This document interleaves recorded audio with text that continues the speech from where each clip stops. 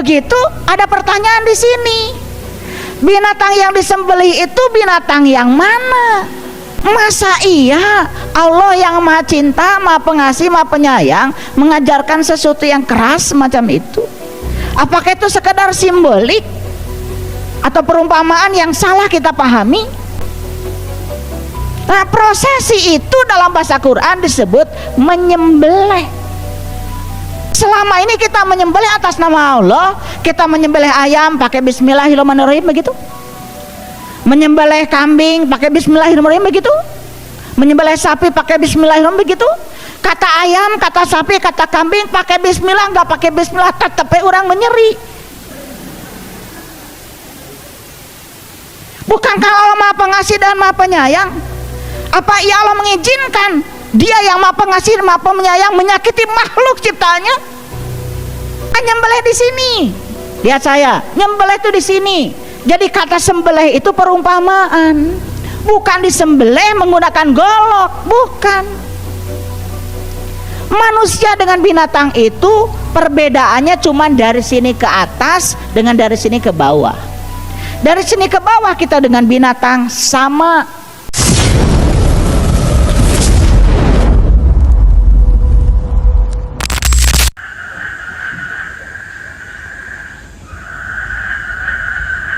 Sekarang kita bicara tujuan kurban.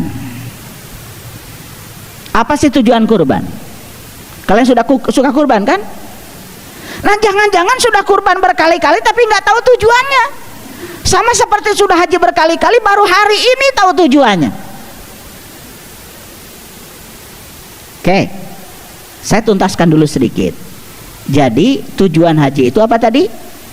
Menjadi ulul albab. Orang yang bisa mengingat Allah, berdiri, duduk, dan berbaring. Jadi tujuan utama haji itu sebetulnya adalah mengingat Allah. Syarat sahnya ingat harus tahu yang diingat. Beri tujuan haji yang paling utama adalah jumpa dengan Allah di rumahnya. Oke?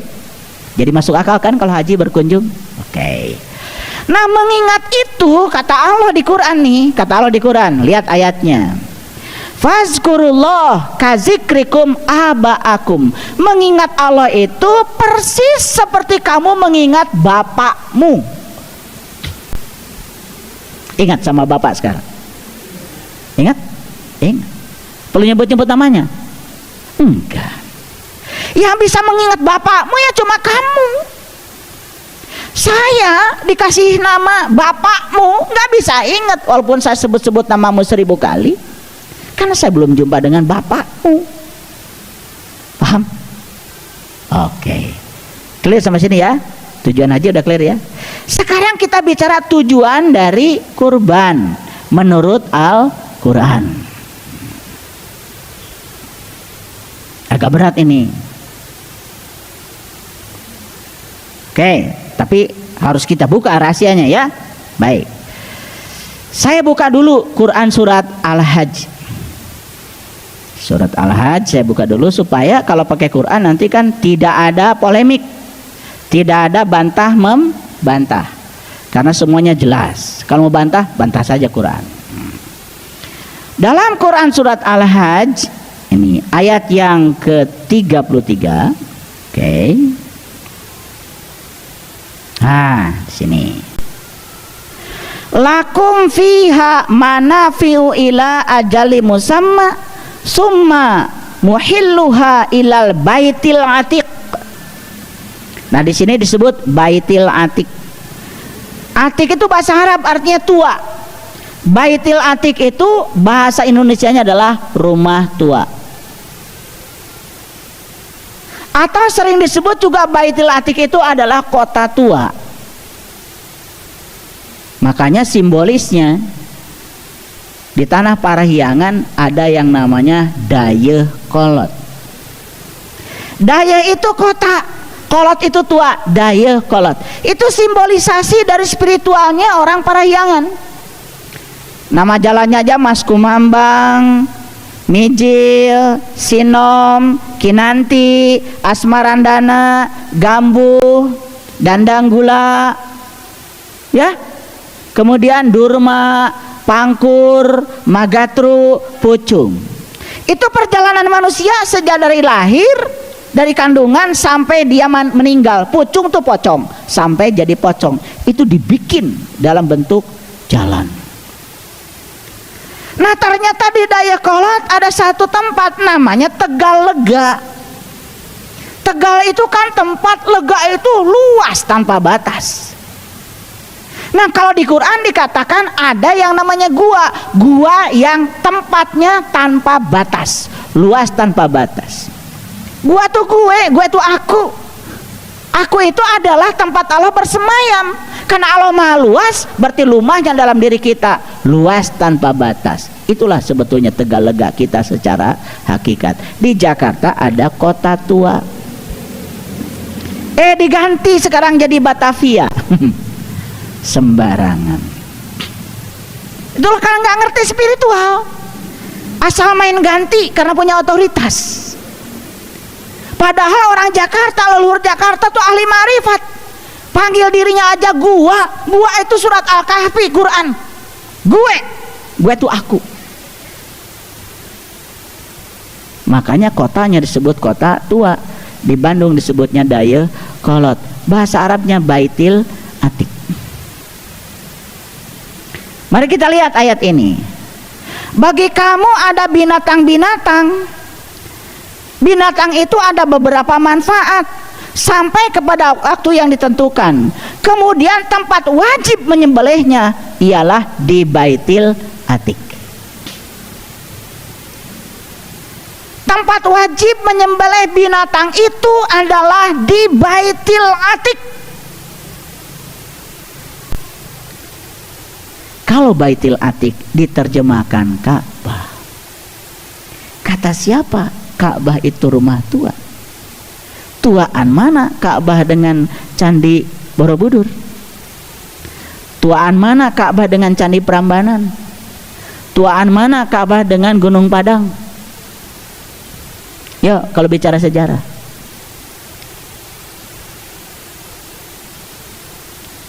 Nah kalau begitu mana yang disebut dengan rumah tua?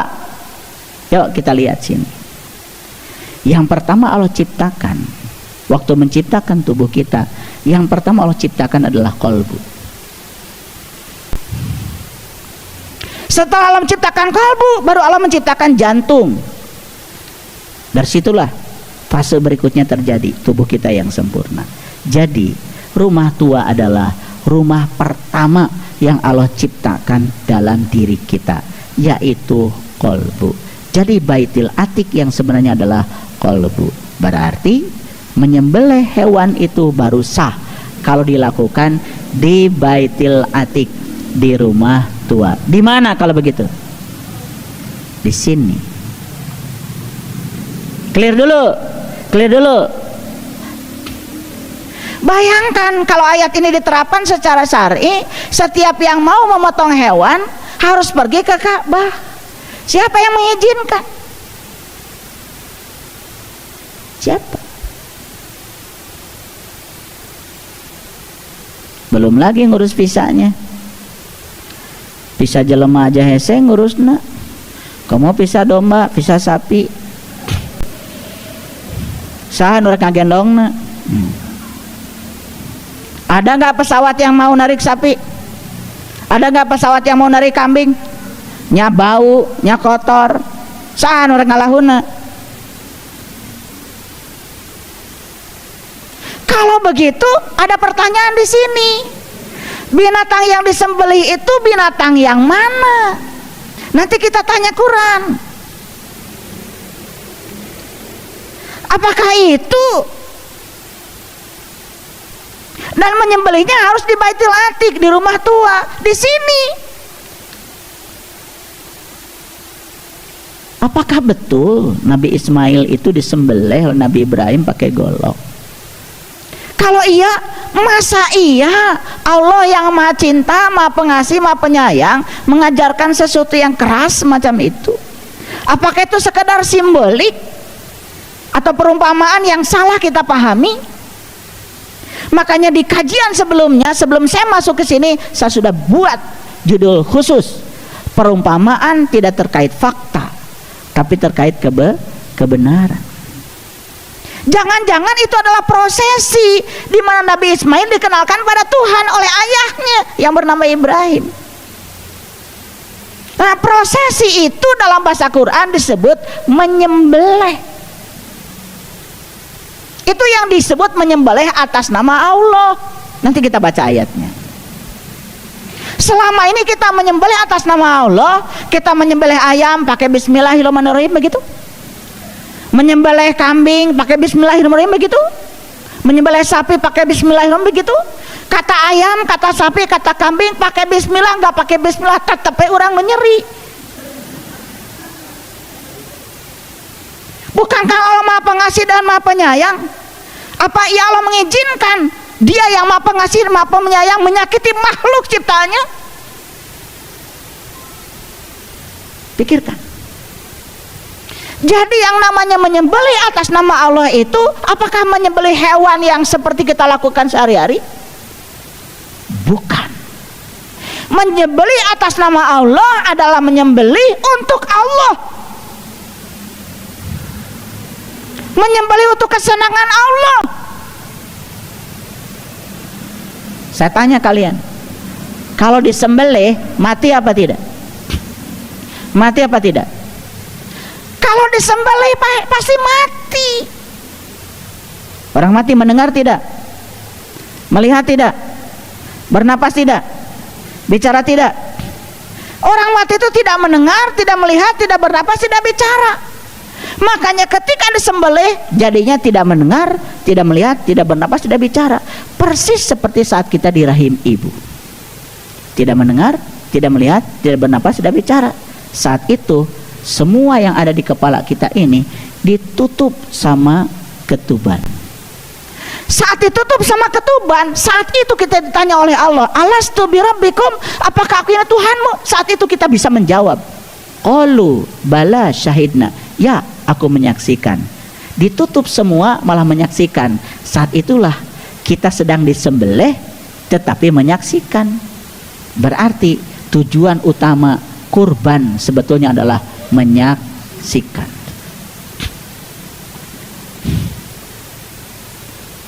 Jadi kenapa kurban dan haji itu kok berdekatan?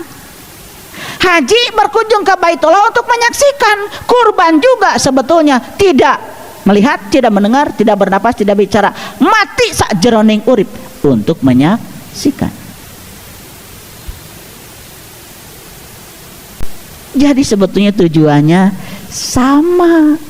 sama-sama menyaksikan agar bisa mengingat. Makanya pantas kalau kurban diambil dari kata qoroba yaqrobu kurbanan, artinya adalah dekat. Yuk saya tanya, apakah kita perlu mendekatkan diri kepada Allah? Perlu apa tidak? Sembarangan kalian kalau ngomong. Allah sudah dekat, lebih dekat daripada urat leher kita. Mau mendekatkan diri kemana lagi?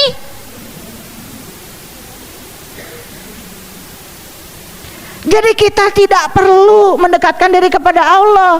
Yang diperlukan oleh kita adalah sedekat itu Allah kepada kita. Kok kita sampai hari ini belum bisa menyaksikannya? Yang paling penting itu sadar kalau Allah dekat, kalau ingin menyaksikannya jangan keluar dari dirimu. Itu aja. Sekarang ngerti tujuan haji dan kurban? Ini baru judulnya. Udah sejam. Mulai 10:30, sekarang sudah 10:30, baru bahas judulnya. Karena saya harus hati-hati membahasnya. Baik, kita lihat dulu. Jadi melaksanakan penyembelihan itu harus di mana? Di Baitul Atiq, di rumah tua, artinya di sini. Kalau begitu siapa yang harus disembelih? Ya dirimu sendiri.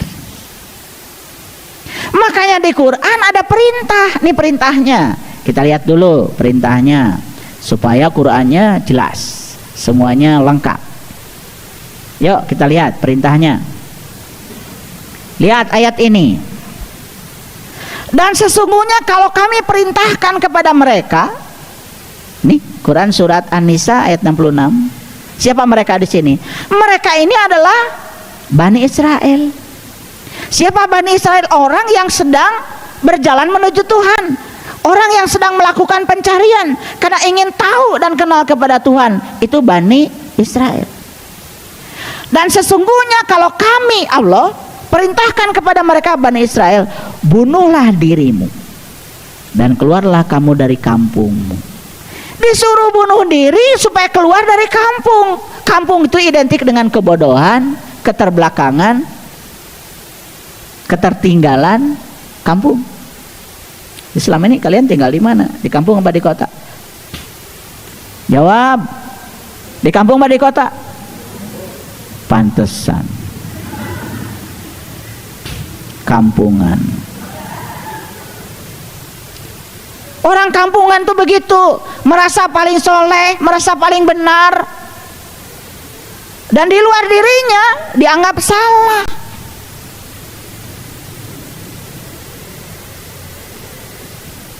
Orang beda sedikit dengan kita, sesat. Orang lebih maju pemikiran dengan kita, sesat. Dasar orang kampung. Kenapa tinggal di kampung? Karena belum bunuh diri. Kenapa tinggal di kampung? Belum disembelih. Saya kasih tahu. Nyembelih di mana? Tunjukkan sama saya, nyembelih di mana? Di sini? Di sini kali. Kan nyembelih di sini. Lihat saya, nyembelih itu di sini. Jadi kata sembelih itu perumpamaan. Bukan disembelih menggunakan golok, bukan. Manusia dengan binatang itu perbedaannya cuma dari sini ke atas dengan dari sini ke bawah. Dari sini ke bawah kita dengan binatang sama. Bedanya cuma dari sini ke atas. Lalu apa bedanya? Tolong perhatikan saya. Mata kita berapa? 2. Mata kucing yang tadi 2. Telinga kita berapa lubangnya? 2. Telinga kucing yang tadi 2. Hidung kita berapa lubangnya? 2. Hidung kucing yang tadi 2. Mulut kita berapa? 1. Mulut kucing. Kalau kita hitung lubang yang ada di kepala kita dengan lubang yang ada di kepala kucing, sama berapa? 7. Lubang yang ada di kepala sapi 7. Lubang yang ada di kepala tikus 7. Lubang yang ada di kepala kambing 7. Lubang yang ada di kepala monyet 7. Terus apa bedanya? Katanya beda. Tadi dari sini ke bawah kita sudah sama dengan binatang, cuman alat untuk reproduksi dan makan. Katanya manusia dengan binatang bedanya dari sini ke atas. Kita coba tadi. Kucing 7,